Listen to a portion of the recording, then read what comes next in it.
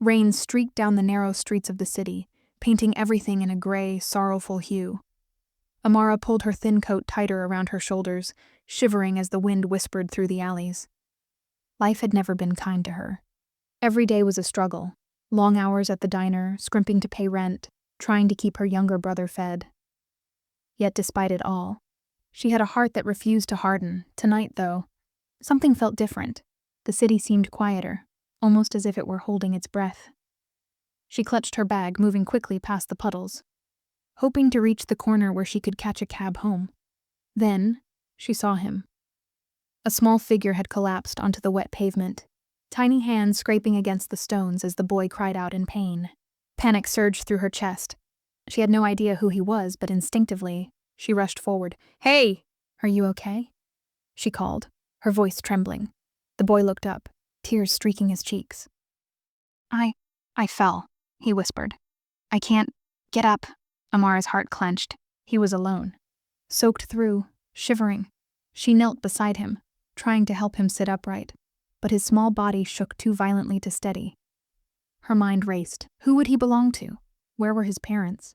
Then a name escaped her lips almost without thought. I need to call someone who can help. But who? Who could possibly fix this situation? The boy whimpered again, clutching his leg. That's when it hit her. Her stomach dropped as she realized who he must be. Rumors everywhere about the powerful mafia boss who ruled this city with an iron hand. And this boy had to be his son.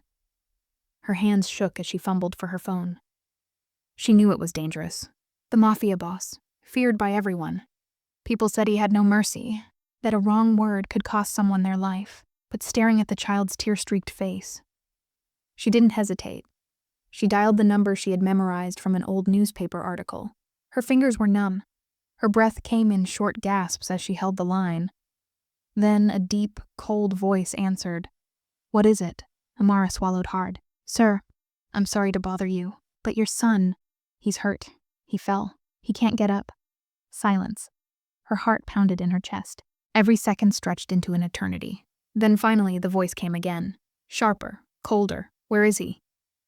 "In the street, near the corner of Willow and Fifth." "Please, hurry," she pleaded, her voice breaking. A pause. Then a single word. "Stay with him." Before she could respond, the line went dead. Amara stared at her phone, hands trembling. Her mind was a whirlwind of fear and anticipation. She had just called one of the most dangerous men in the city, risking everything. And now she had to wait, while his wrath, or his gratitude, arrived. She knelt beside the boy, trying to comfort him. "It's okay. Help is coming," she whispered. But even as she said it, doubt gnawed at her. What if she had made a terrible mistake? What if the mafia boss blamed her? For his son's fall? Minutes felt like hours. The rain poured harder. Every distant engine made her heart leap, and then a sleek black car slid to a stop at the corner. The doors opened, and a tall figure stepped out, his presence commanding. "Dangerous!" Amara's breath caught. This was him, the man everyone feared. The mafia boss and her life, along with the boys, was about to change forever. The black car's engine cut through the night like a knife, echoing off the narrow alley walls. Amara's heart hammered so violently, she feared it might burst through her chest. The boy clung to her arm, his small body trembling from pain and cold. She could feel the weight of the moment pressing down, suffocating, as the shadow of the approaching man grew closer. The door opened, and he stepped out. Every step he took radiated authority, a presence that made the very air seem to tighten. His dark coat clung to broad shoulders, and the sharp lines of his face were softened only by the storm of emotions in his eyes. Though she couldn't tell yet what those emotions were. "You called me?" His voice was low, commanding. A subtle edge in it made Amara flinch. I didn't know who else to call," she stammered, keeping her gaze on the boy. He fell and he couldn't get up. I had to do something." The mafia boss's eyes softened slightly. Not much, just a flicker, but enough for her to see the tension in his jaw loosen. For a fraction of a second, he knelt beside the boy, scanning the small figure with a precision that was almost surgical. "Son," he murmured, brushing the wet hair from the child's forehead. What happened? The boy whimpered again, pressing closer to Amara. I fell, he whispered, voice cracking. I couldn't get up.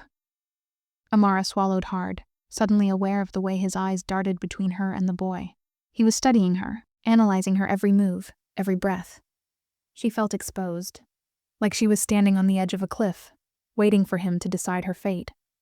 You saved him, the mafia boss said after a moment, his voice low, almost dangerous. You called me instead of running away. Amara's heart skipped a beat.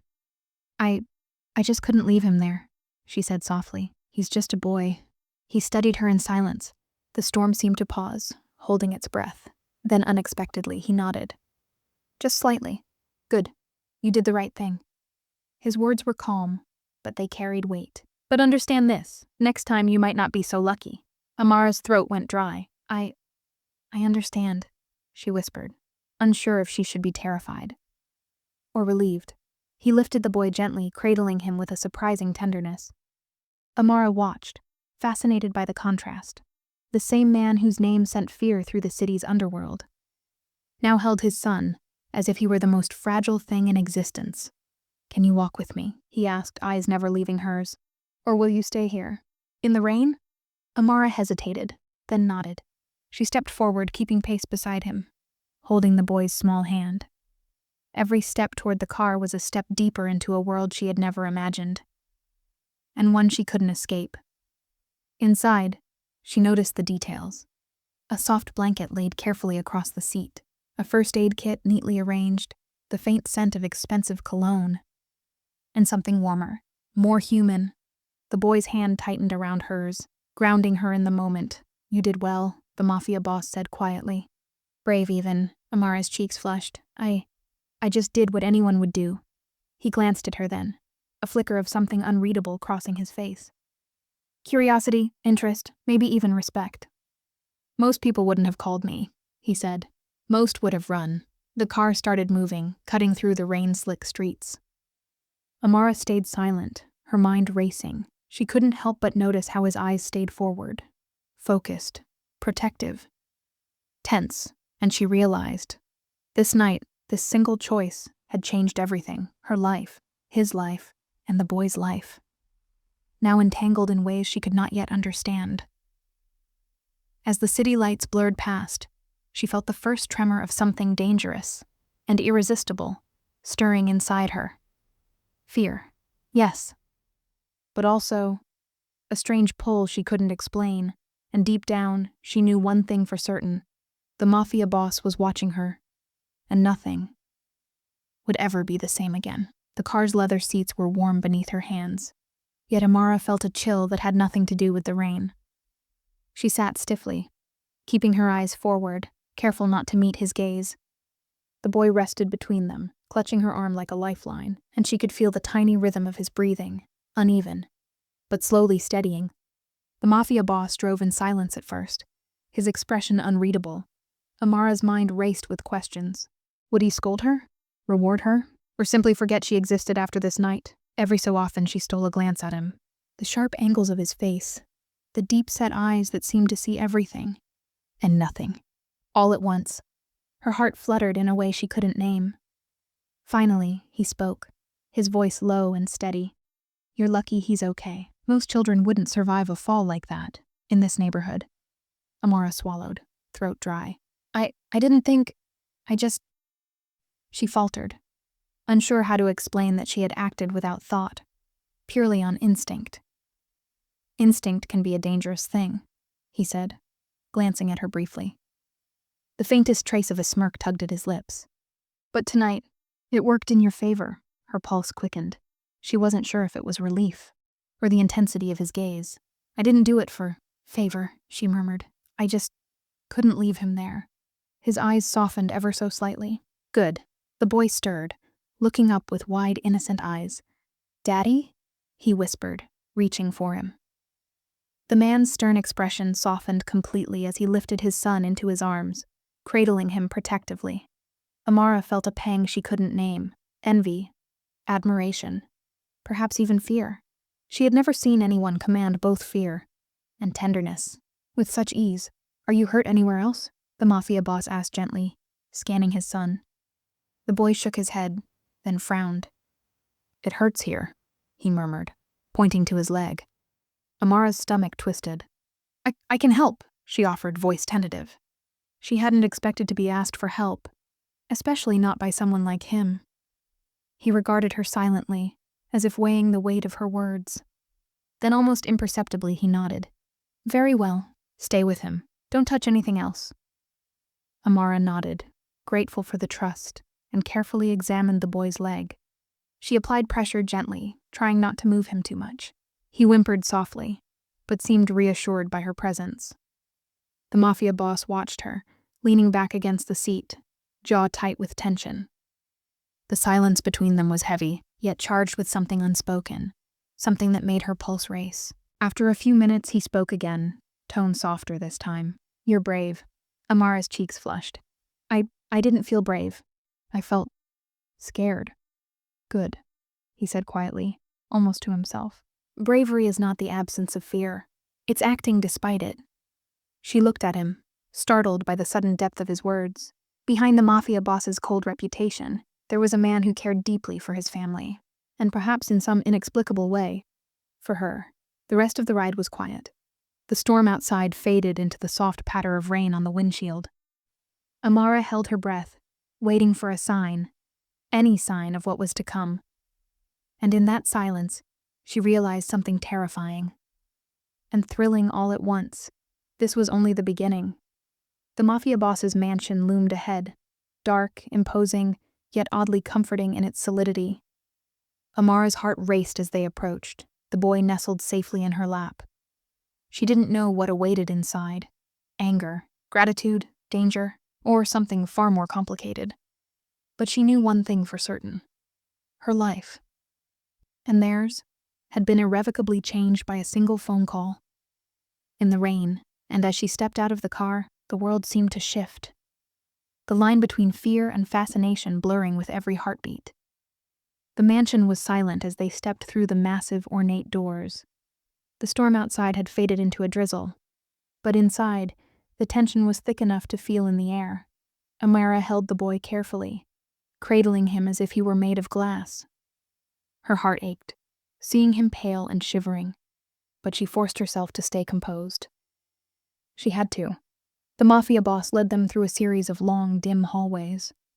His presence was like a shadow, one that intimidated and protected. Servants appeared silently, offering blankets and warm towels, but it was clear he trusted only Amara to handle his son. "Set him down gently," he said. His deep voice was calm, but commanding. Amara obeyed, lowering the boy onto a soft, cushioned chair. The child whimpered, clutching her arm. "It hurts, Amara," he whispered, eyes wide with fear. Her heart twisted. "I know, sweetheart. We're going to take care of you. You're safe now," she whispered, brushing his damp hair from his forehead. The mafia boss knelt beside the boy, examining his leg with practiced precision. "It's a bad bruise, but no fracture," he murmured. His hand rested lightly on the child's shoulder, protective, steady. Then his gaze flicked to Amara. "You acted bravely," he said quietly. "You stayed when most would have run." Amara swallowed, a swirl of relief and fear tightening her chest. I couldn't leave him alone," she murmured. "I just did what I had to." He studied her for a long moment. There was weight in that silence, as though he could see every thought passing through her mind. Finally, he nodded. "You have a good heart." The boy shifted, wincing. Amara immediately went to steady him. "We're going to put some ice on it," she said softly. "It'll help with the swelling." The mafia boss watched her, arms folded, his expression unreadable. "You're patient," he said after a moment. "Not many would handle him like that." Amara's cheeks warmed. "I've always taken care of people," she said quietly. "It's who I am." He didn't answer, but there was something in his eyes, something that didn't match the stories whispered about him. Admiration, or maybe something far more dangerous. Then the boy's voice broke the silence. "Outside," he whispered, pointing toward the window. "Someone's there." Amara froze. Her eyes darted to the rain-streaked glass. At first she saw nothing, then a shadow. A lone figure standing at the edge of the property. The mafia boss's expression hardened instantly. He rose, every movement deliberate, precise, dangerous. "Who's there?" His voice was low, deadly calm, the kind of tone that didn't need to be raised to command fear. The figure didn't respond. It simply melted back into the darkness. Amara's breath hitched. "Is he dangerous?" she asked, her voice trembling. The mafia boss turned toward her, his eyes dark, unreadable. "If anyone dares threaten my family," he said, "they will regret it." His gaze lingered on her, heavy with meaning. "You understand?" Amara nodded, though her heart pounded in her chest. This world, his world, was sharper, darker, and far more dangerous than anything she had ever known. And yet, despite the fear, a strange thrill coursed through her veins. She was inside his life now, and there was no turning back. The boy whimpered again. Amara knelt, taking his hand gently. "It's okay," she whispered. "No one will hurt you. I promise." The mafia boss watched her in silence. For a moment, his eyes softened, just slightly. A flicker of something human beneath the armor of power and violence. He said nothing. But she could feel the weight of his gaze, the silent acknowledgement of her courage and her place in this moment. Outside, the city slept under a blanket of rain and shadow, unaware of the quiet storm brewing inside these walls. A storm of danger, desire, and the fragile threads of trust slowly weaving between them. The mansion was quieter now. The storm outside had eased into a soft drizzle, yet inside tension lingered, thick and unyielding, like a shadow that refused to lift. The mafia boss stood near the window, fingers drumming against the glass, eyes narrowed as he scanned the empty courtyard. The figure that had appeared moments ago was gone, but the memory of it gnawed at him. Amara remained kneeling beside the boy, her hands steady as she pressed a cold compress to his swollen leg. She didn't dare look up, but she could feel his gaze, heavy, sharp, and inescapable. His presence filled the room, a mix of danger and control that pressed against her chest with every breath. Finally, he turned. "You're reckless," he said, his voice low, dangerous. Amara flinched. I didn't mean to. You called me." He cut her off. "You summoned one of the most dangerous men in this city, for a child you barely knew." His words struck deep, but there was something in his tone she didn't expect. Something that wasn't just anger. It was concern, maybe even something softer. I didn't know who else to call," she said quietly. "He was hurt. I had to do something." He studied her, his gaze searching her face as though reading every unspoken word. For a moment, the silence between them felt heavier than the storm outside. Then his voice softened, barely. "You're brave," he murmured. "Most people would have run. Most people would have left him to his fate." Her heart pounded. "I just couldn't leave him there." He looked at her, really looked at her. The sharp edges of his expression eased, replaced by something thoughtful. "Courage isn't the absence of fear," he said quietly. "It's acting despite it." Her lips parted slightly. "I was terrified," she whispered, "but I couldn't ignore him." The mafia boss stepped closer, kneeling beside her, not touching, but close enough that his presence wrapped around her like heat. "You risked a lot," he said. "You're not just brave, you're reckless, and reckless can be dangerous." Amara met his eyes, her pulse quickening. "I don't know what else I could have done," she said softly. "I couldn't just walk away." He nodded slowly, his gaze still fixed on her.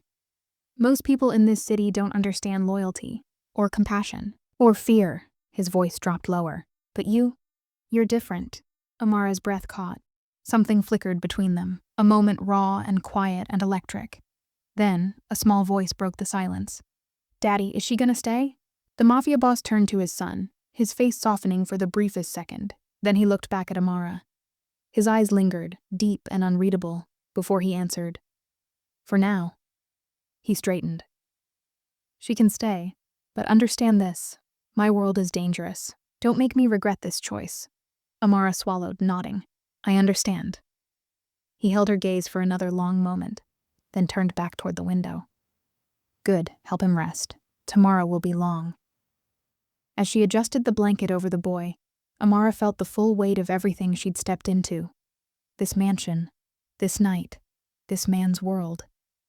And though fear coiled inside her, something else began to stir, something she couldn't name. The mafia boss stood silently at the window, a dark sentinel watching over his family. And Amara, kneeling beside his son, realized the truth. The line between fear and fascination had already begun to blur. Outside, the rain fell softly against the glass, gentle now. But inside, a far more dangerous storm had just begun. Morning light filtered through the tall, ornate windows of the mansion, painting the room in soft, golden hues. The storm had passed, leaving the streets glistening with remnants of rain. Inside, the air was calm, but charged with tension, a fragile peace Amara could feel in every cautious step she took. The boy stirred in his bed, blinking sleepily at her. "Amara?" he whispered, his small voice hoarse. "Are you still here?" She smiled gently, brushing a strand of hair from his forehead. "Of course," she said softly. "I'm not going anywhere." He sighed, a tiny sound of relief, and curled back beneath the blankets. Watching him, Amara felt a swell of protectiveness deep in her chest. His safety had become her responsibility. She didn't hesitate to accept it, even though it meant stepping into a world she barely understood. Then came the quiet click of the door. The mafia boss entered. His presence filled the room instantly, commanding, calm, and impossibly composed. Yet something in his posture this morning was different. Less threatening, more observant. His eyes found Amara almost immediately, that same sharp, unreadable gaze that seemed to see through everything. "She's been helping him rest," Amara said quickly, standing a little straighter. Her voice carried both pride and nervousness, a fragile blend of defiance and respect. The mafia boss nodded slowly, his gaze lingering on her before shifting to his son. "I see," he murmured, approaching the bedside. He rested a hand over the boy's hair, strong fingers, surprisingly gentle. "You're feeling better?" The boy nodded, a small smile lighting his face. "Yes, Daddy. Amara helped me." The mafia boss turned to her again, and for a heartbeat his expression softened. "You've earned a small measure of trust," he said. "Do you understand what that means?" Amara's heart skipped a beat. I think so," she replied carefully. "I just want him safe." "Good," he said, though his tone carried the quiet edge of a warning. "Trust is fragile in my world. Every choice has consequences." She nodded, solemn. She understood more than she could say. This wasn't just a father's home. It was a fortress of power, loyalty, and unspoken danger. And one wrong move could destroy everything. Still, a strange thrill flickered inside her. The challenge of it, the mystery of him. He studied her for a moment, his gaze deep and searching. Then he spoke again, his voice lower, steadier. "Most people would fear me," he said. "They'd run at the first sign of danger. But you stayed. You acted despite it." Amara swallowed, feeling warmth rise to her cheeks. "I just couldn't leave him there," she said. "I had to help." He gave a faint nod, almost to himself. "You're clever," he murmured. "Bravery, loyalty? Those are rare qualities." Amara's chest tightened at his words. "Thank you," she whispered. "I just want to do the right thing." His eyes lingered on her, dark, unreadable, but alive with something that sent her pulse racing. Curiosity, respect, maybe even something he wasn't ready to admit. Finally, he straightened. "Breakfast is ready," he said, voice calm and measured. "Eat. We have a long day ahead." The walk to the dining hall was quiet. But Amara noticed things now. The subtle rhythm of the mansion's life. The way guards stood at each doorway, discreet but always alert. The quiet efficiency of the staff who moved like clockwork. And above it all, the quiet authority he carried. He didn't need to raise his voice. His presence alone was command enough. During breakfast, the silence between them was neither awkward nor cold. It was intentional. Amara tended to the boy while the mafia boss observed, offering small comments, quiet instructions.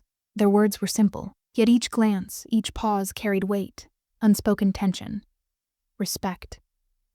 Something neither of them could name, but both could feel.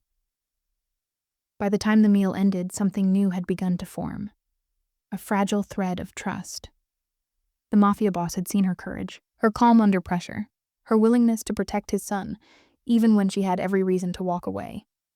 And Amara, in turn, had seen something unexpected in him, beneath the fearsome reputation, beneath the ruthless control. There was a man who protected, who cared, who carried the burden of power in silence. As she helped the boy back to his room, A quiet realization settled over her. She was no longer just a stranger who had stumbled into danger.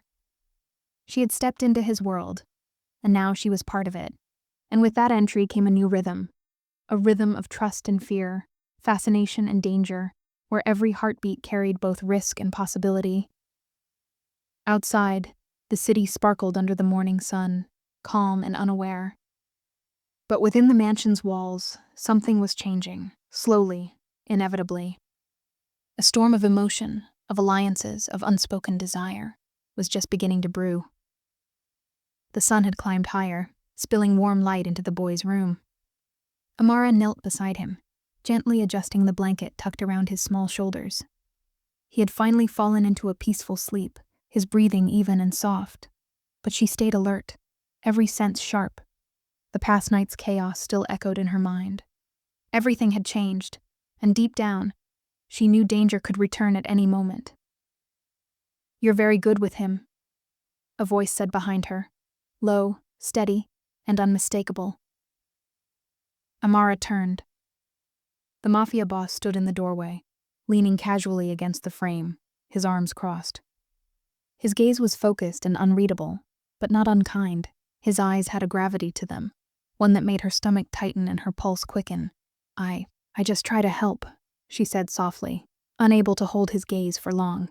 He stepped closer, his movements deliberate and calm, carrying that quiet power that filled the room. "You've been here since early morning," he said. "Most people would have left after last night." Amara swallowed hard. "I can't not help him," she replied simply. "He needs someone to care." He regarded her for a long moment, and then nodded slowly, a subtle, approving gesture. "It's rare," he murmured. "Loyalty and courage aren't qualities people hand out freely." "You have both." Her cheeks warmed, pride and nerves tangled together. She looked back at the sleeping boy, his face calm and innocent, and whispered, "I just want him safe." The mafia boss's eyes lingered on her, unreadable but piercing. "Good," he said finally, almost to himself, "because the world outside these walls is not kind. Even a child like him isn't free from danger." Amara's heart skipped. "Danger?" she repeated quietly, her eyes darting to the window. Suddenly, the mansion's warmth felt thin, fragile. He didn't answer right away. He walked toward the tall window, looking out into the sunlight, though his eyes seemed fixed on something far beyond it. "There are people who would see him hurt," he said at last. "Enemies with old debts to settle. Rivals who think they can wound me by going after what I love most." Amara's fingers tightened on the edge of the blanket. Her pulse thudded in her ears. "But we're inside the mansion," she said carefully. "He's safe here, isn't he?" "For now," he replied, turning toward her. His voice was calm but carried an undercurrent of steel. "But safety is temporary. It can disappear in an instant if you stop paying attention." Amara nodded, her throat dry. The weight of his words pressed down on her, a truth she could feel in her bones. She had stepped into a world where every breath mattered, where one wrong move could cost lives. And yet, even through the fear, something inside her steeled itself. She wasn't running. Not this time. He watched her quietly, his expression softening just slightly. "You've been patient with him," he said after a pause. "Most people would have lost their temper hours ago, but you've earned his trust." Amara's heart fluttered. "He's a sweet boy," she said softly. "He's just scared. I want to help him feel safe again." The mafia boss nodded, his gaze still locked on her. For a moment, the silence between them thickened, charged with something unspoken. Respect, tension, curiosity, and something deeper neither dared to name. "You're not like the others," he murmured. His tone had softened, quiet but sincere. "And I appreciate that." Amara blinked, unsure what to say. "Thank you," she managed, though her voice trembled slightly. Before she could say more, a soft chime echoed through the room. Barely audible, but his expression changed instantly. The mafia boss straightened, all warmth gone. His eyes sharpened, his movements swift and deliberate. He crossed the room toward a control panel near the door. Every muscle tense, Amara froze. What is that?" she whispered, clutching the boy's hand protectively. He didn't look at her when he answered. "Trouble," he said, voice grim. "Someone's testing the perimeter, seeing how far they can push before I respond." Amara's breath caught. "You mean, someone's here?" "Maybe," he replied. His gaze scanned the monitors, then the window. Or maybe they're just watching. Either way, they'll learn soon enough what kind of mistake that is.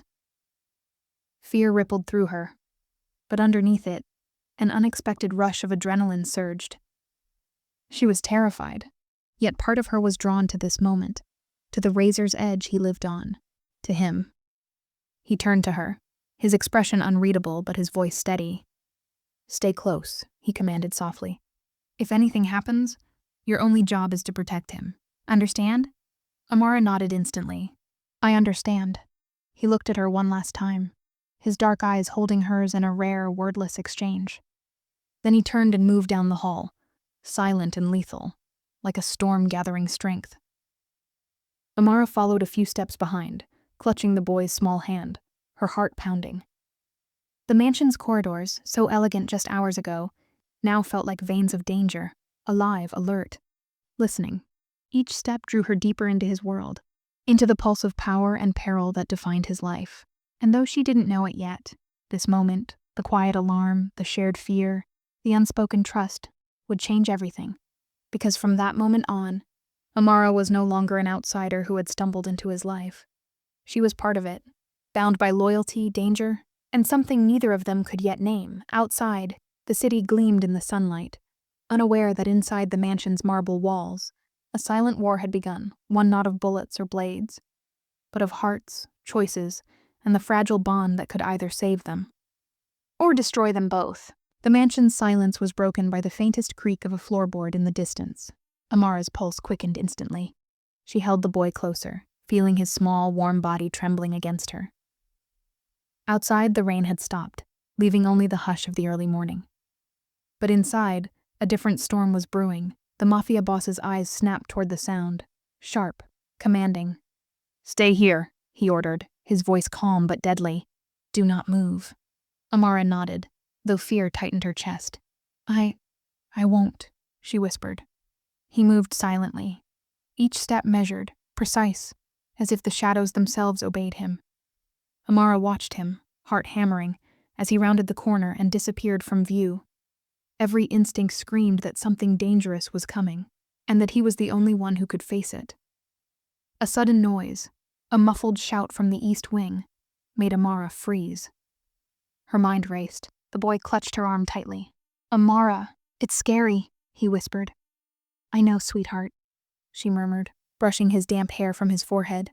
"But I'm here. I won't let anything happen to you."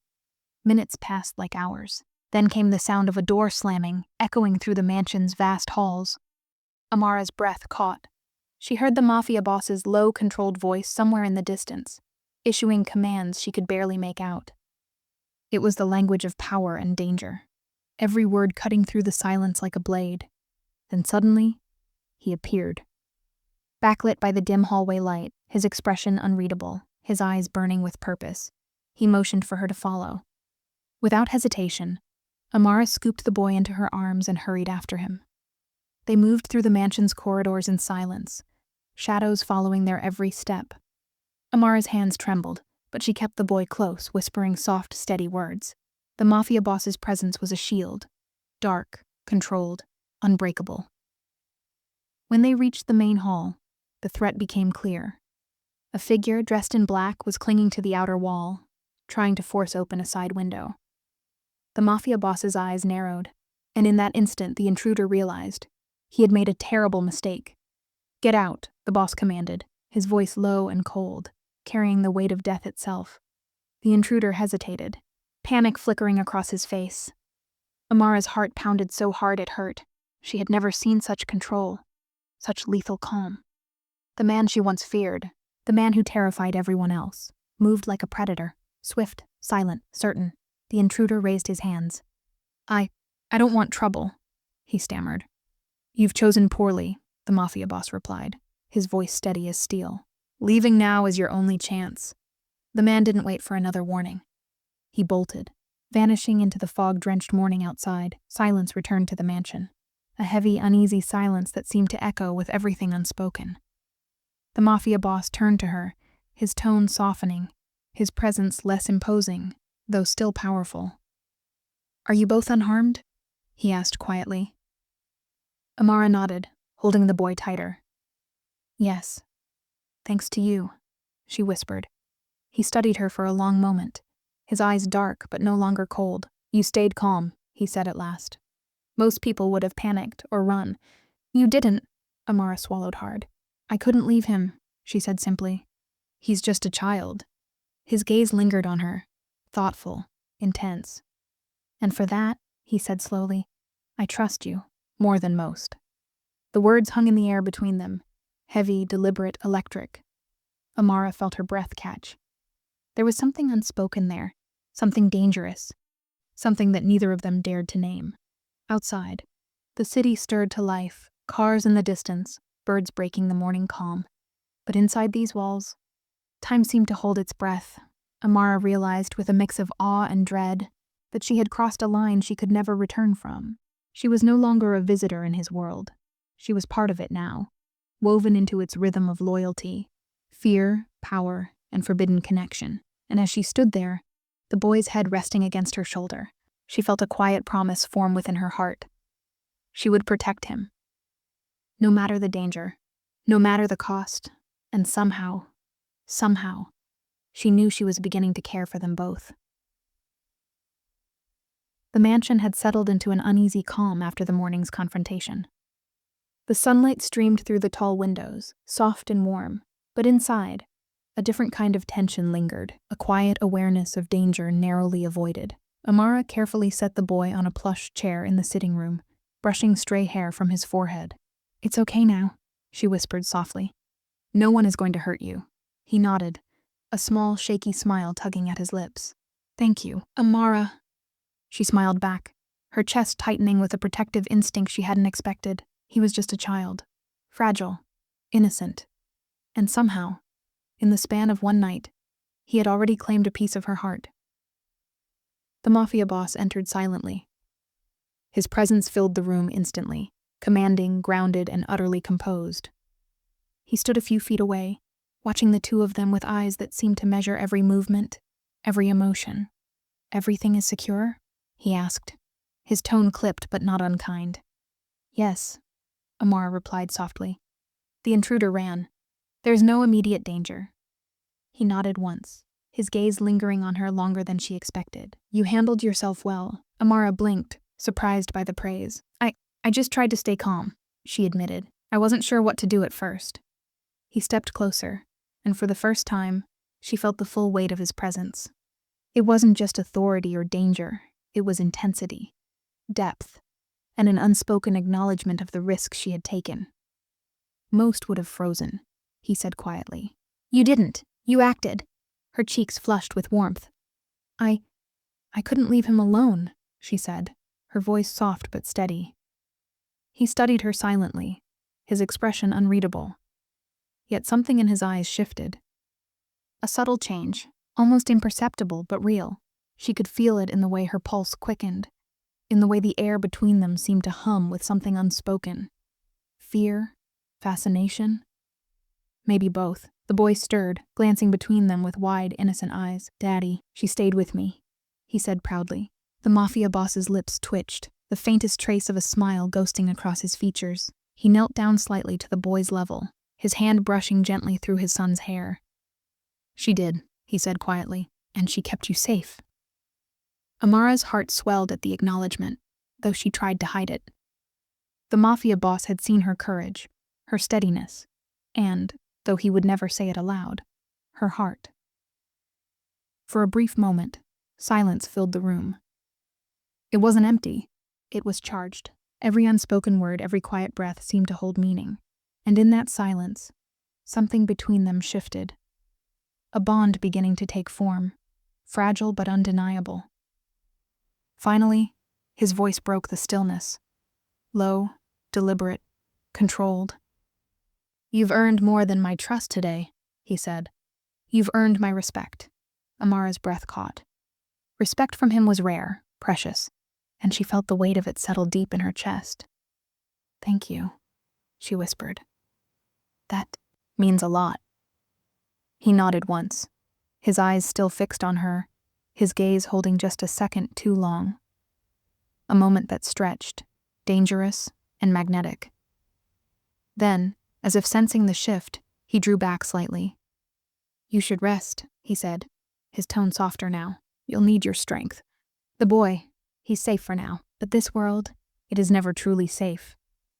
Amara looked down at the boy, who was now drifting into sleep, his small hand still clutching the edge of her sleeve. Then she looked back at the man standing before her.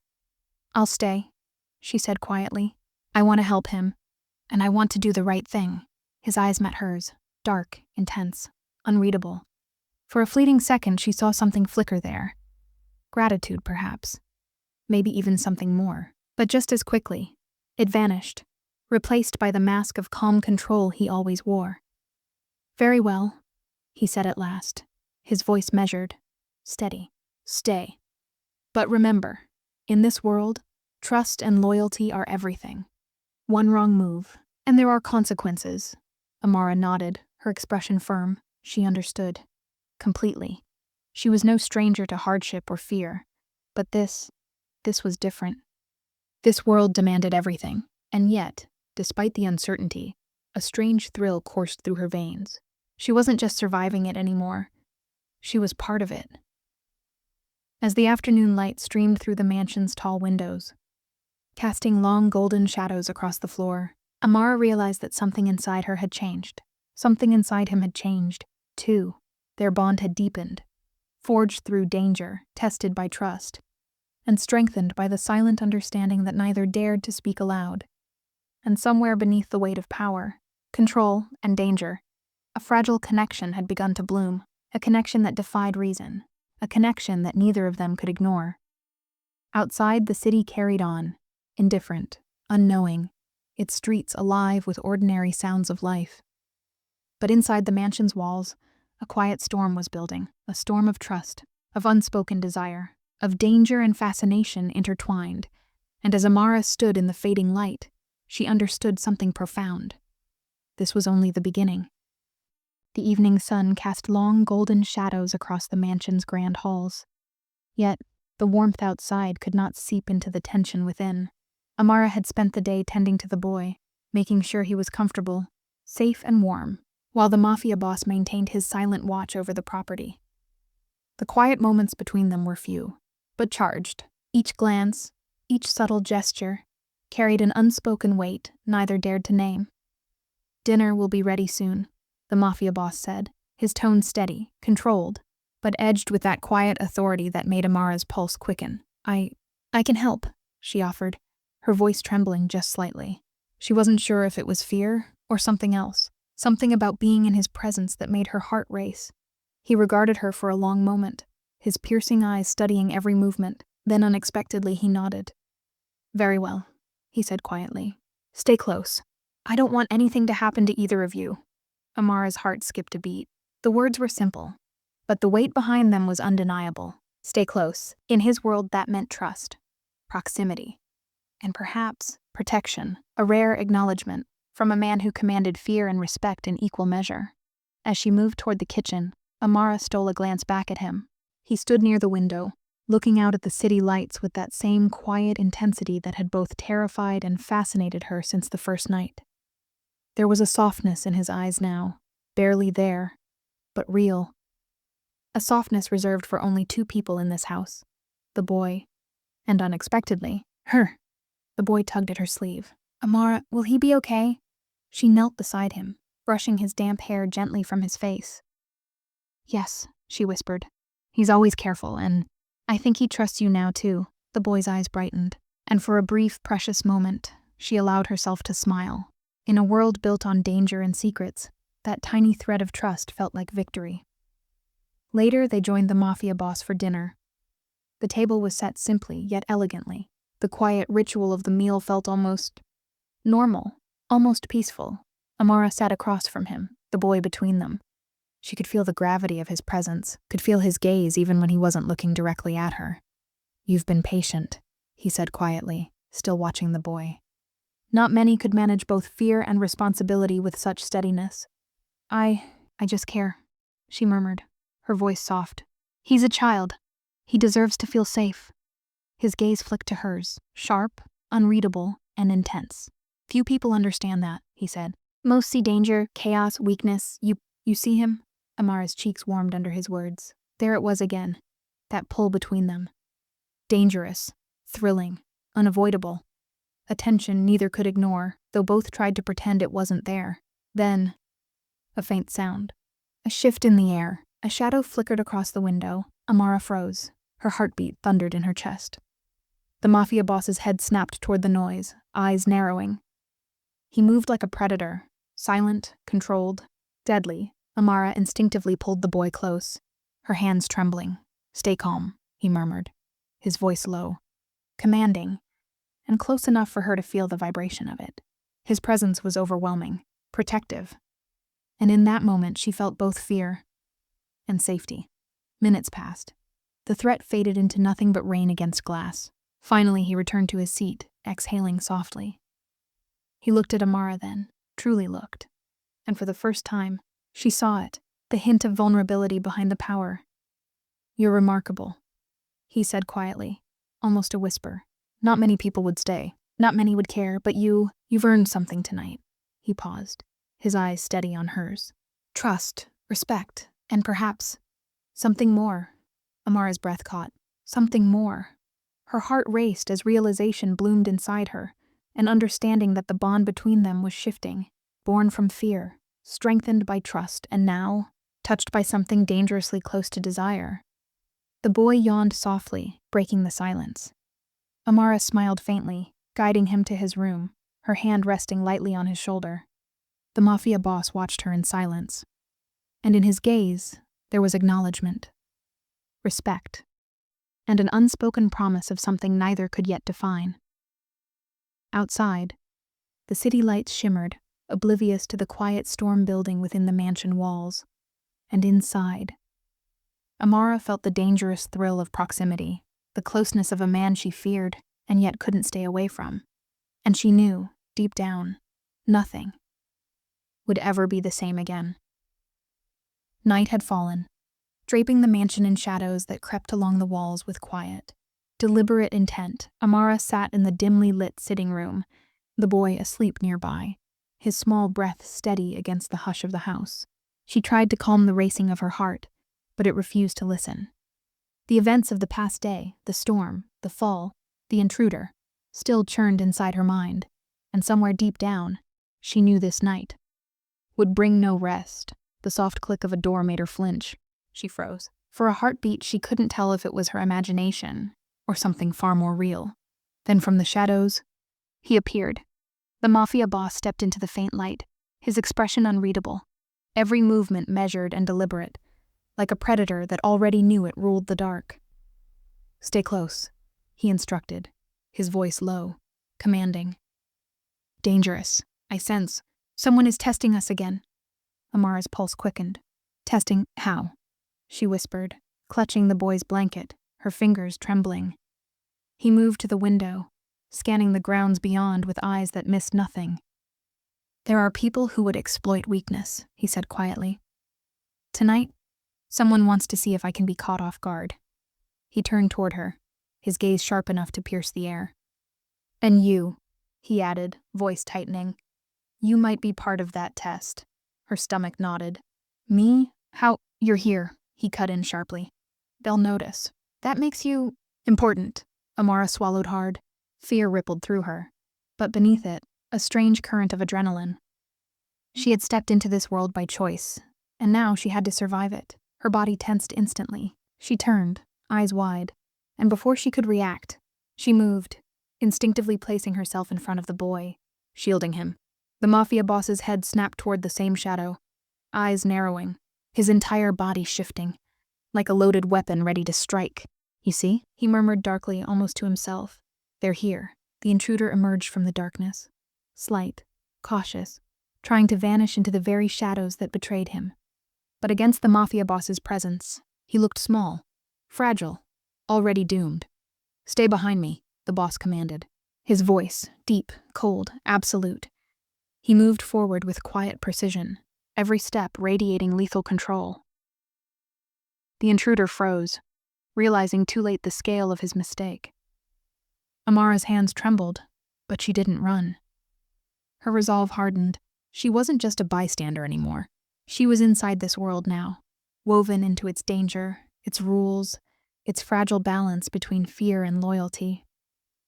The mafia boss advanced another step, his tone a low, dangerous growl. "This is your only warning. Leave now, or face consequences you can't even imagine." The intruder hesitated, his eyes darting to the sleeping child. Then panic seized him, he bolted, and within seconds he was gone, vanishing into the night from which he came. The mansion was still again, but the air remained charged. Tension lingered like smoke that refused to clear.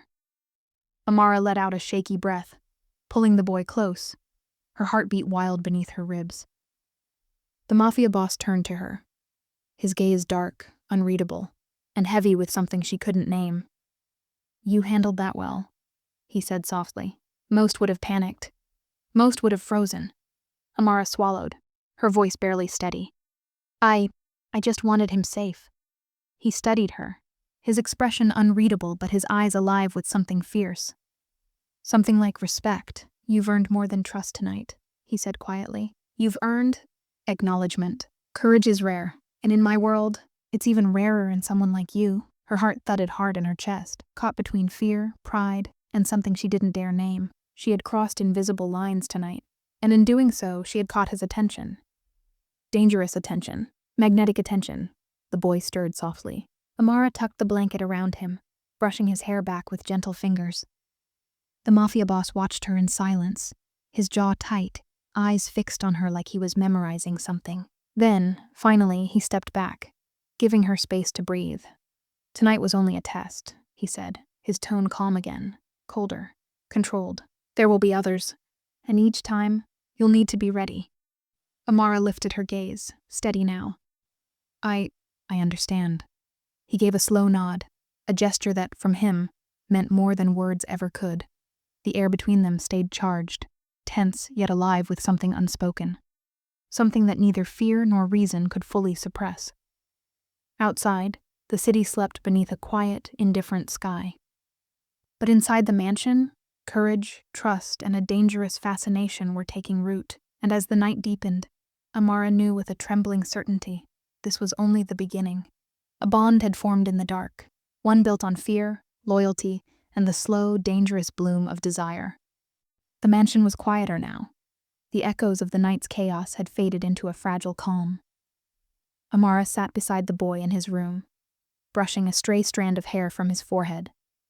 He was finally asleep, peaceful, for the first time since the fall, and only then did she allow herself to exhale. The weight of everything that had happened pressed against her shoulders.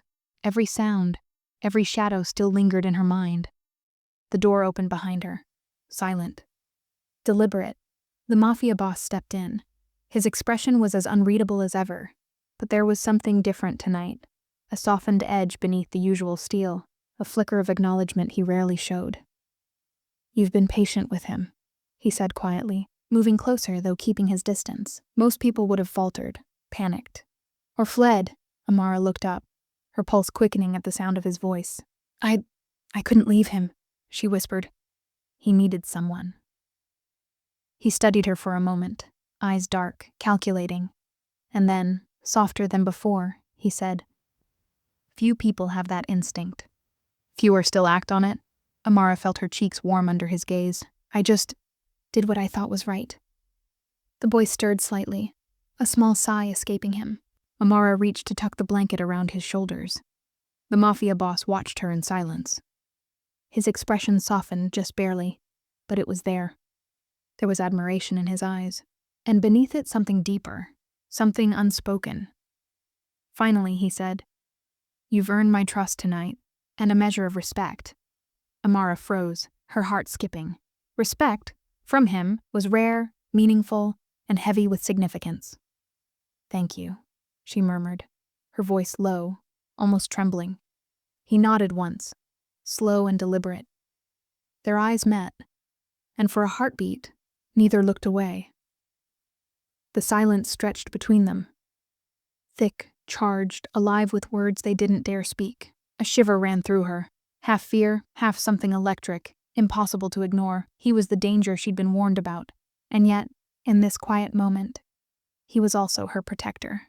Tomorrow will bring new challenges, he said at last, his voice quieter now, thoughtful. The world outside is unforgiving. But for tonight, you've done well. Amara nodded, though her thoughts were spinning. She understood his meaning and the warning beneath it. This world of his was built on danger and power, but for the first time, she didn't feel like an outsider. She had a place here, with him, and with the boy she had vowed to protect. He turned toward the door, pausing just before leaving. Rest now, he said, his tone low, firm, but not unkind. You'll need your strength, and stay close to him. He trusts you, and that trust is everything. Amara's chest tightened, emotion swelling in her throat.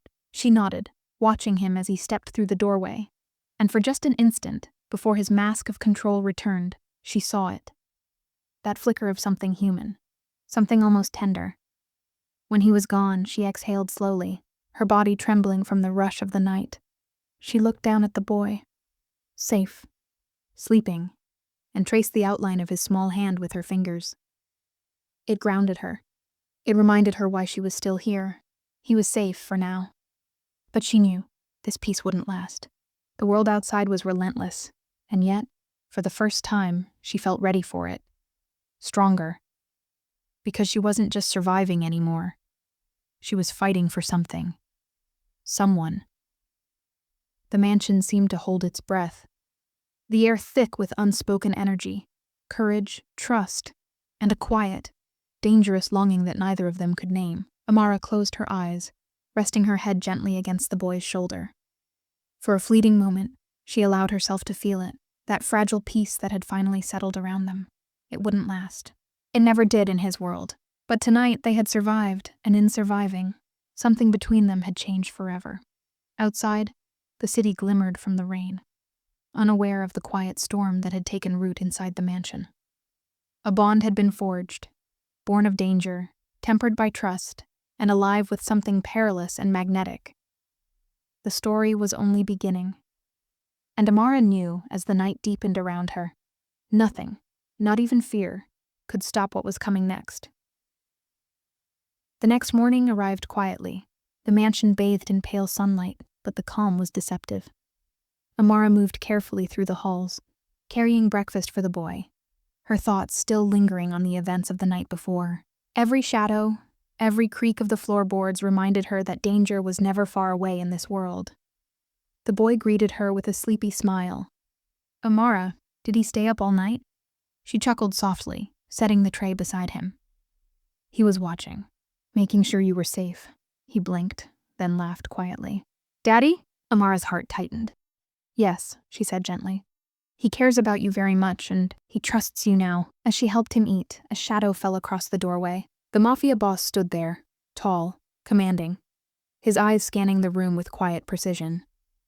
Even in the sunlight, he radiated authority, a dangerous calm that made Amara's pulse quicken. Good morning, he said, his voice low and steady. I trust you both slept well? Amara nodded, trying to keep her composure. Yes, thank you. He stepped into the room, his gaze lingering on her a moment longer than necessary. The silent intensity between them was palpable, a thread of tension neither could ignore. Every glance, every subtle movement carried weight, charged with unspoken understanding and something dangerously close to longing. We need to be vigilant today, he said, his tone shifting, grounded and serious. Last night was only a test. There are others, people who would see weakness and exploit it. You must be ready. Amara's stomach tightened, but she nodded. I understand. The boy looked between them, sensing the tension but not fully grasping it. Is it going to be dangerous? He asked softly. Yes, she admitted, her hand finding his shoulder in quiet reassurance. But we'll face it together, and he'll keep us safe. The mafia boss's gaze flicked toward her. Something unspoken passed between them, a look that carried both warning and trust. It was subtle, but it was real, an acknowledgement of her courage, and perhaps something more. As the morning unfolded, subtle signs of danger began to emerge, a faint shadow moving near the edge of the property, a quiet, unfamiliar footstep in the garden. Each time the mafia boss reacted instantly, precise, controlled, commanding, while Amara and the boy stayed close, learning the rhythm of vigilance in his world. Amara watched him closely, the way he moved, the way his instincts sharpened with every sound. There was no hesitation in him, no fear, But beneath that steel, she saw something else, a guarded protectiveness, especially when his eyes met hers. And in those moments, she felt her pulse quicken. A strange mix of fear, admiration, and something deeper, something she didn't dare name. Later, when the day seemed to calm again, he spoke to her quietly, his voice low, almost private. "You've grown." "Capable," he said, his eyes holding hers for a long moment. "Not just with him, but in this world. That is rare." Amara's heart skipped a beat. I'm just trying to do the right thing," she murmured. He took a step closer, his expression unreadable, but his voice softened. "Doing the right thing," he said slowly, "takes courage. And most people lack it. You don't." Her cheeks flushed, her breath catching slightly at the sincerity in his tone. There was power in his words, not just command, but recognition. And that, more than anything, made her chest tighten. She could feel the air between them change, heavier, warmer, charged with an emotion neither of them fully understood. The closeness was undeniable now, a bond built on danger, trust, and shared survival. But beneath it all, desire simmered quietly, waiting. Then, just as the stillness began to settle again, a faint sound broke through the air, a quiet alarm, barely audible, but unmistakable. The mafia boss's head snapped toward the sound. His entire demeanor shifted, every muscle alert, every motion controlled. He moved toward the source with lethal precision. Amara didn't think. She followed, clutching the boy close, her heart pounding in her chest. The tension in the air was electric now, alive with the threat of what lay ahead. Whatever peace the morning had brought, it was gone. The new threat was close, closer than before, testing them again, forcing Amara to confront what it truly meant to be part of his world. And as she looked at him, this man who had once terrified her, whose name carried fear wherever it was spoken, she realized something undeniable. Fear and desire had become inseparable. And nothing would ever be the same again. Outside, the city went about its quiet rhythm, oblivious to the storm building within the mansion walls. A storm of danger, trust, and a connection that neither Amara nor the mafia boss could ignore. The morning sun filtered through the mansion's tall windows, casting soft golden patterns across the polished marble floors. Amara moved quietly through the halls, carrying a tray of breakfast for the boy. He had slept peacefully after the confrontation the previous night, and she felt a sense of relief she hadn't realized she'd been needing. A small voice called out as she entered the kitchen. "Amara, did he stay?" She smiled softly, setting the tray down. "Yes, he stayed," she said. "He's always watching, making sure you're safe." The boy grinned, a spark of pride lighting up his eyes. "I like him," he said simply. Amara laughed quietly, brushing a strand of hair from his forehead. "He cares about you," she said. "And he trusts you now. That means something." As she helped him eat, a familiar shadow appeared in the doorway, the mafia boss. His expression was calm yet intense, commanding yet careful. Every movement exuded authority. Every glance carried a quiet weight of expectation. "Good morning," he said, his voice low and measured. "I trust everyone slept well." "Yes," Amara replied, trying to steady her tone. "Thank you." He stepped closer, and for a brief moment, the tension between them thickened. There was something unspoken in his gaze, a quiet acknowledgement of courage, of loyalty, and of the strange bond forming between them. "We must remain vigilant," he said, his tone serious. "Last night was only a taste of what's coming. There are others who would exploit weakness. You must be ready." Amara nodded, determination setting deep in her chest. "I understand," she said. The boy looked up at them both, sensing the tension but trusting them completely. "Will it be dangerous again?" "Yes," Amara admitted softly, placing a protective hand on his shoulder.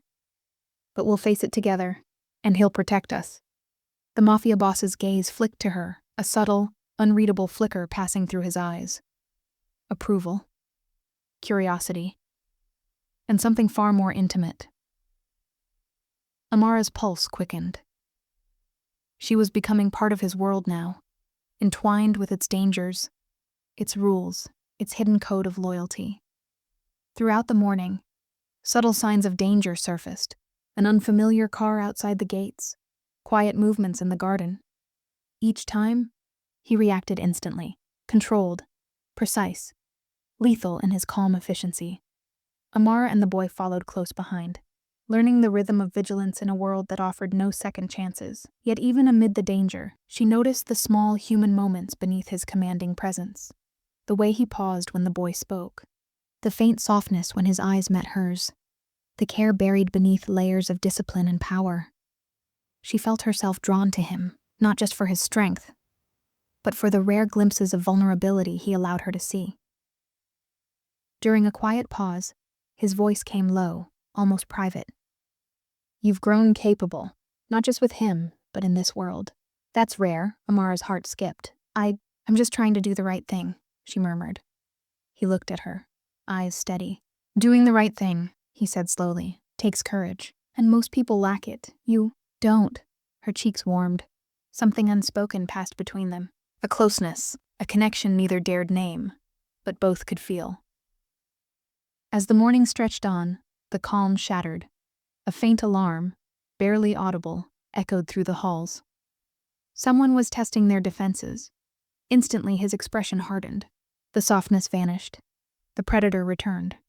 He moved toward the source, every step silent and lethal. Amara followed on instinct, clutching the boy close, her heart pounding in her chest. This was her world now, unforgiving, dangerous, and raw. And she knew that surviving it meant standing beside him, even when fear whispered otherwise. As she looked at him, this man she had once feared, now trusted, and maybe even felt something deeper for, she realized the truth she could no longer deny.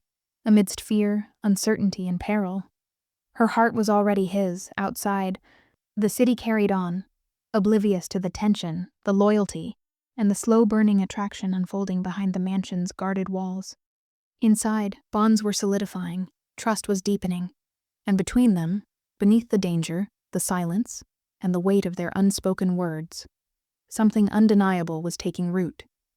A connection both dangerous and irresistible. The mansion was cloaked in the quiet tension of the evening, shadows stretching long across the walls.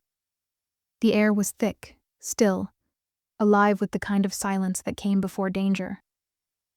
Amara moved carefully through the hallways, the boy's small hand wrapped tightly in hers. She could feel her heartbeat echoing in her chest, not just from fear, but from the strange, electric anticipation that always seemed to follow the mafia boss wherever he went. "You need to stay close," he said, his voice emerging from the dim corridor beside her. It was low, calm, and commanding, a tone that didn't need to be raised to demand attention. "This threat isn't like the others," he continued. "It's direct, personal."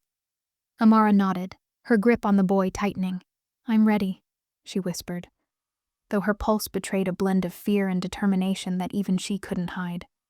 Together, they moved through the mansion's vast halls, the soft creak of the wooden floors echoing in the quiet. The chandelier above flickered slightly, its light stretching long shadows that danced across the walls like restless ghosts. Then, from the far end of the main hall, movement. A figure emerged from the dark. A shadow, tall and sharp-edged, moving with deliberate purpose. "You shouldn't have come here," the intruder said, his voice rough, laced with malice. The mafia boss's eyes narrowed, a quiet, lethal calm radiating from him. "Leave," he said, his tone low and final, "or face the consequences." The intruder hesitated, taking a step forward, testing him. The silence that followed was thick enough to cut. Amara felt her stomach tighten, her pulse racing in her throat. This wasn't another warning. This wasn't a rehearsal. This was danger, real and immediate, and yet she didn't back away. Her eyes flicked to the mafia boss, and something in his presence, his steadiness, his unspoken confidence, ignited something inside her. She stepped slightly forward, voice steady despite the tremor in her chest. "Go," she said clearly. "You won't succeed here." The intruder's eyes snapped to her, momentarily thrown off by her defiance. He hadn't expected her to speak, and in that fraction of hesitation, he lost. The mafia boss moved like a shadow, fast and precise. A blur of motion, a strike, a shift in the air, and within seconds, the threat was neutralized. The intruder stumbled back, realizing too late the mistake he'd made. He retreated into the night, leaving behind only the echo of his footsteps and the heavy scent of tension still hanging in the room. Amara exhaled shakily, pulling the boy close. "Is it over?"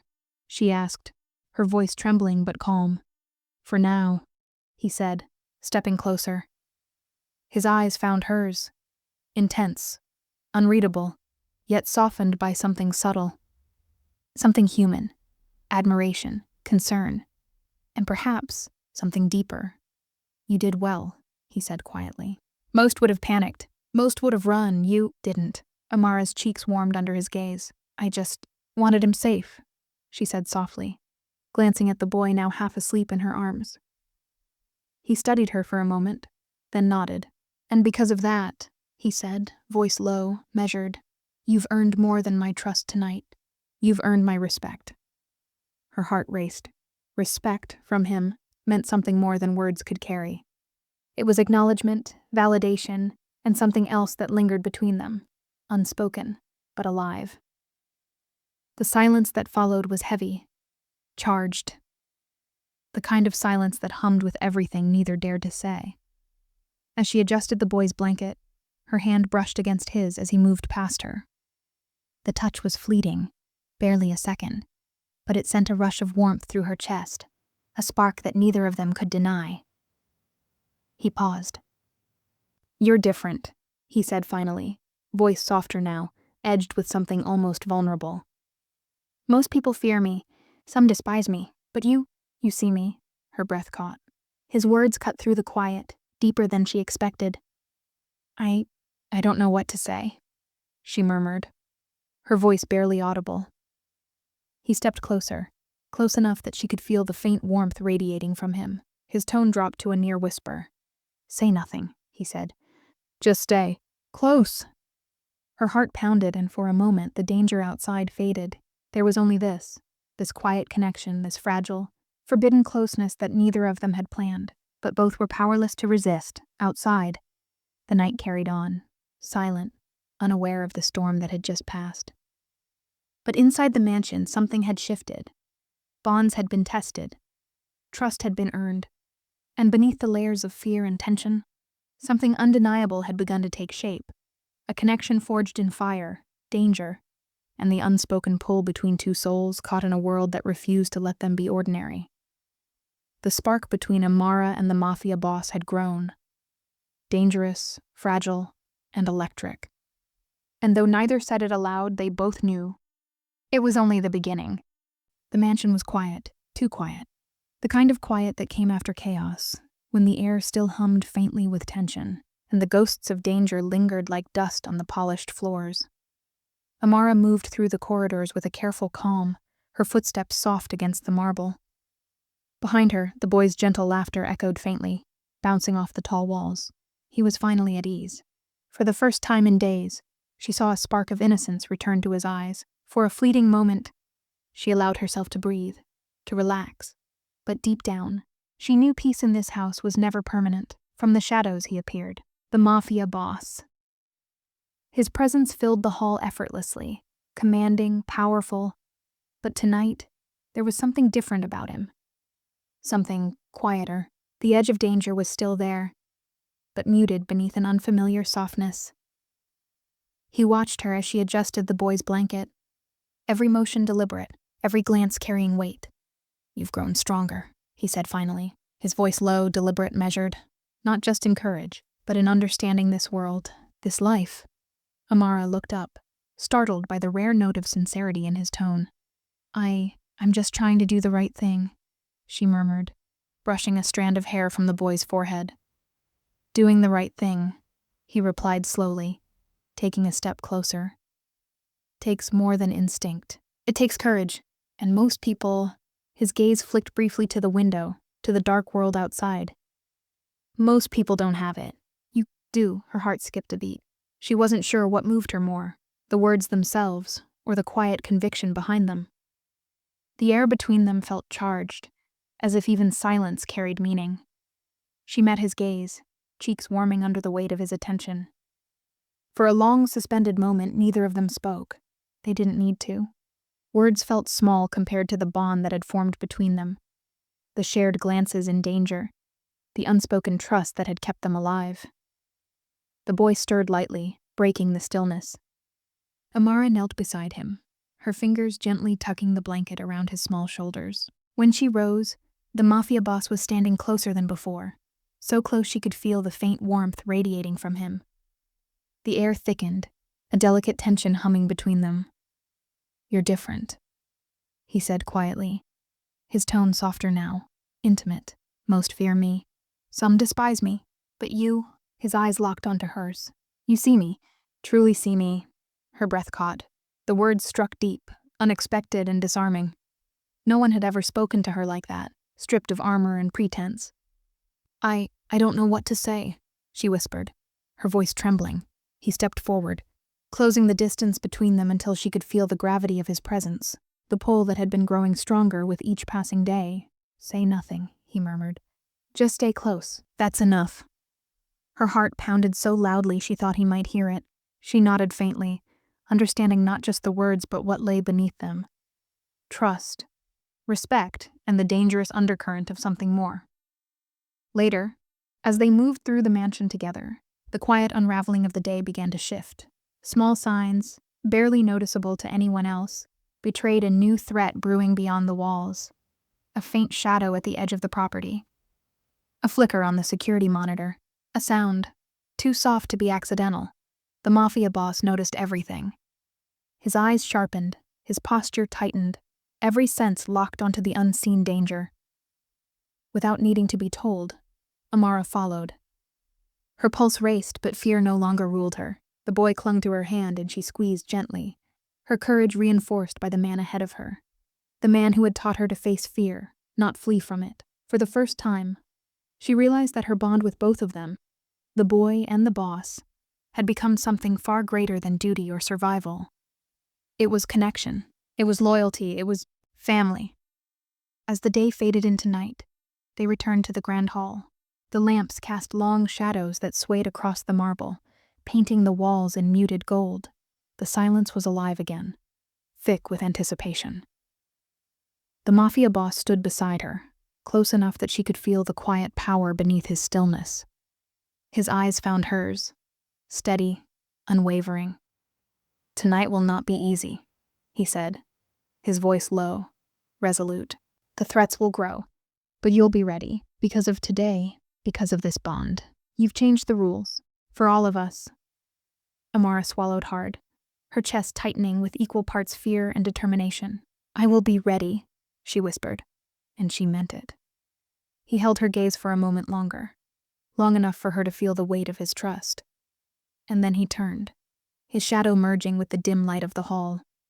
As he walked away, Amara stood still, her heart still racing, her thoughts tangled between duty and desire. Outside, the city slept, oblivious, indifferent. But inside the mansion, something had shifted forever. Trust had been earned. Bonds had deepened. And within the walls that had once echoed with fear, something far more dangerous was taking root. A connection between two souls from opposite worlds, bound by loyalty, danger, and an unspoken desire that neither could deny. Whatever waited beyond the night, they would face it together, and this time, Amara knew she was no longer just surviving in his world. She was part of it. The mansion was bathed in the pale light of early evening, shadows stretching across the marble floors like long, silent fingers. Amara moved cautiously through the corridor, the boy close at her side.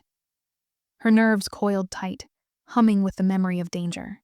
The air itself seemed to listen, heavy with unspoken warning. Tonight felt different, heavier, more urgent.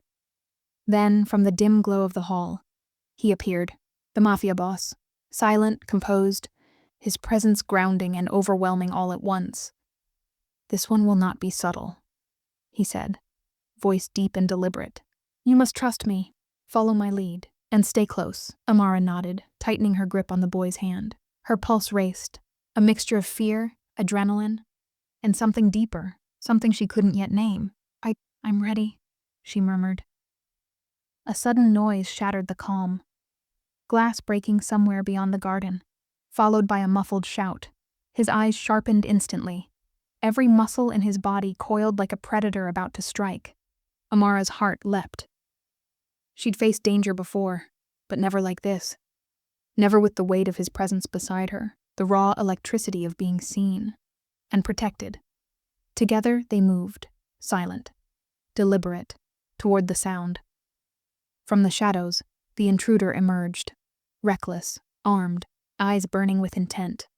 "Leave now," the mafia boss warned, voice low, dangerous, "or you'll regret it."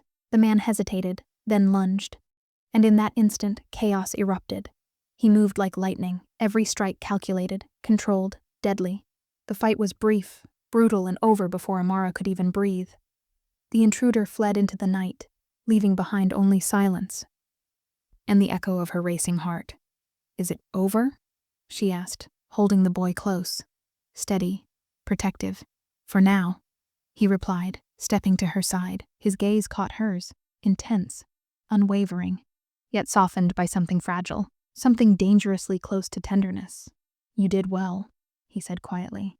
"You stayed calm, you protected him, and you trusted your instincts." Her cheeks flushed. I just wanted him safe," she whispered, glancing at the boy. He studied her, and for a fleeting second, his expression changed. The mask of the ruthless boss slipped, revealing something human, something real.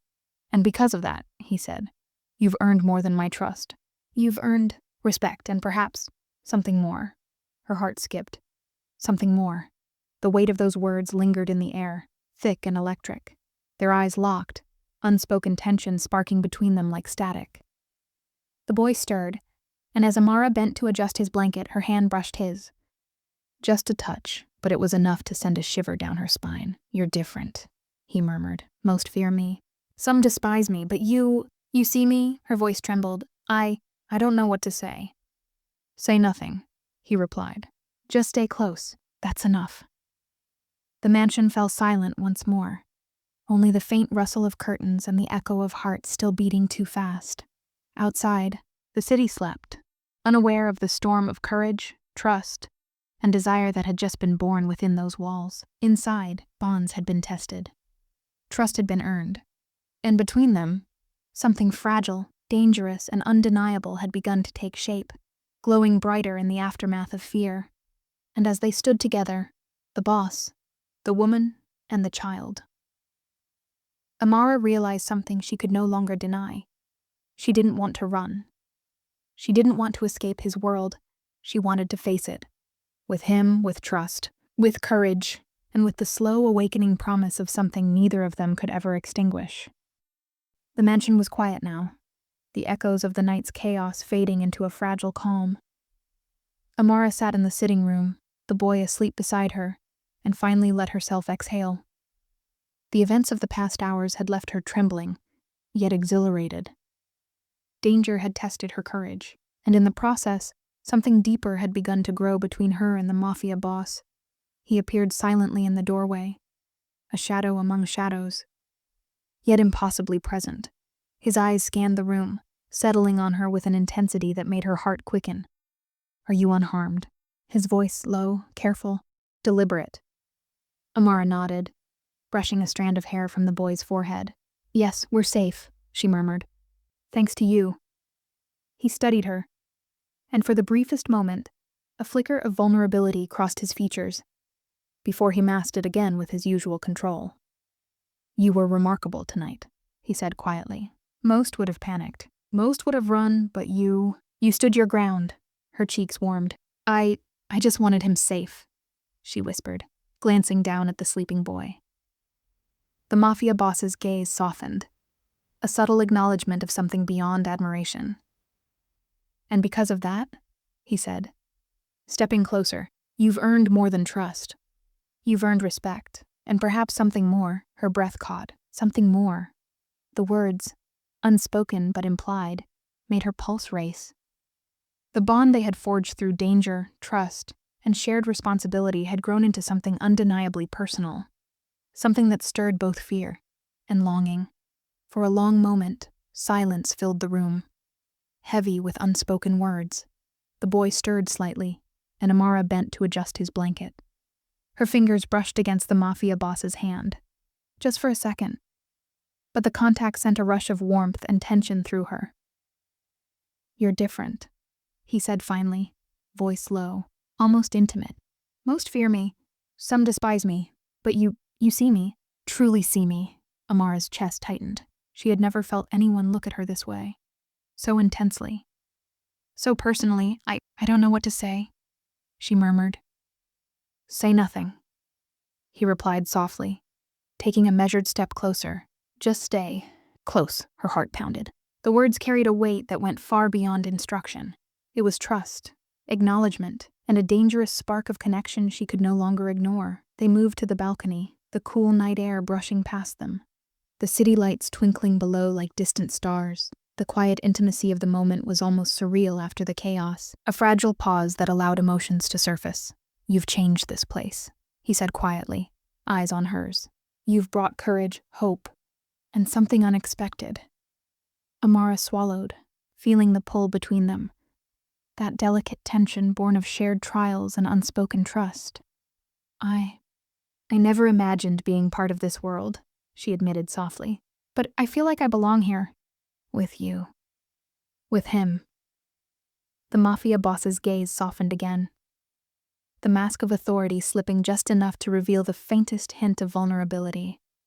"And you do," he said, his voice low, "deliberate, because you've proven yourself, not just in courage, but in heart."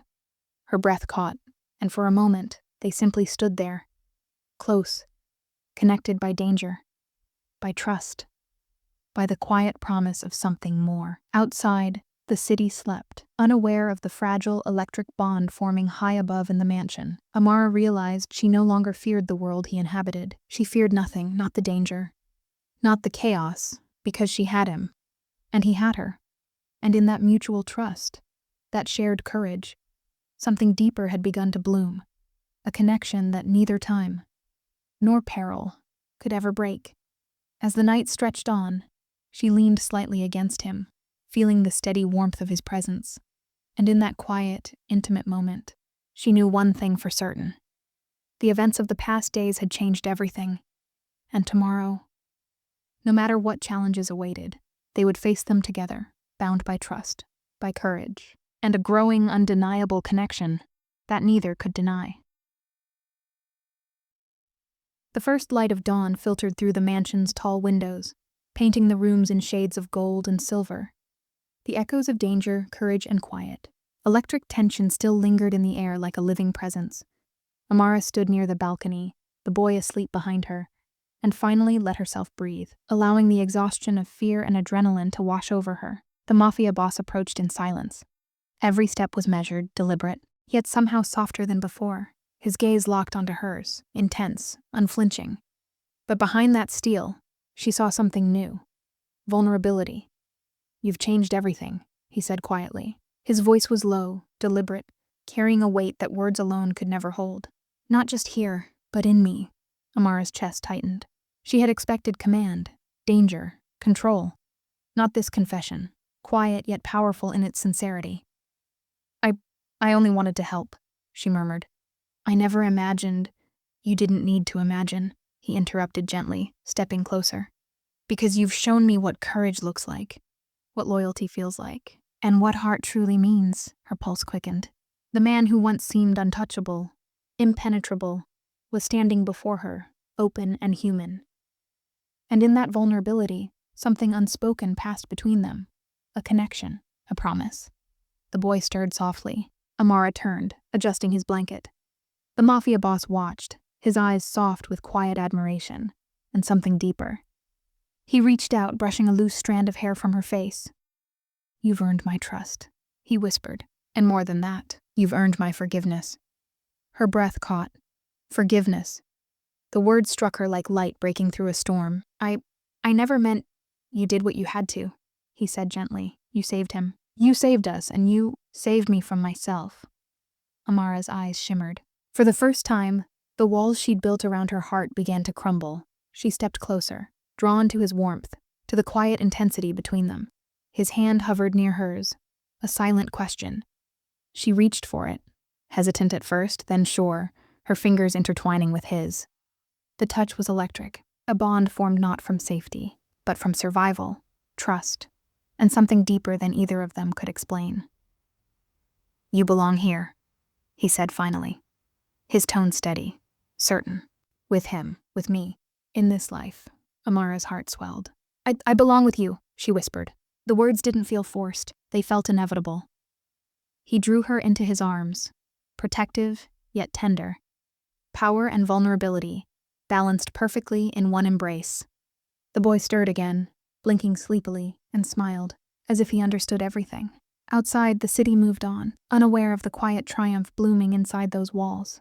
Danger had been faced, trust had been earned, and love, forbidden, unexpected, undeniable, had found its place. They stood there, hearts beating in rhythm, surrounded by the fragile peace of dawn. In that stillness, Amara realized the truth. Courage had brought her here, trust had bound them, and forgiveness had unlocked the door to love. The mafia boss leaned closer, his forehead resting against hers. A faint, rare smile crossed his lips. "We face the world together now," he said softly. "No fear, no walls, just us." Amara nodded, heart full. "Just us," she whispered. And as the golden light spread across the mansion, the place that once echoed with chaos became something else entirely. A sanctuary of trust. A symbol of courage. And the birthplace of a love that would never fade. Hey there. Before we begin, just a quick word from the heart. We're a small family here, but with your support, we can grow together. If you love emotional, dramatic love stories like this one, don't just listen, be part of our story. Hit that subscribe button and join the BRD Stories Hub, because every story here begins with you.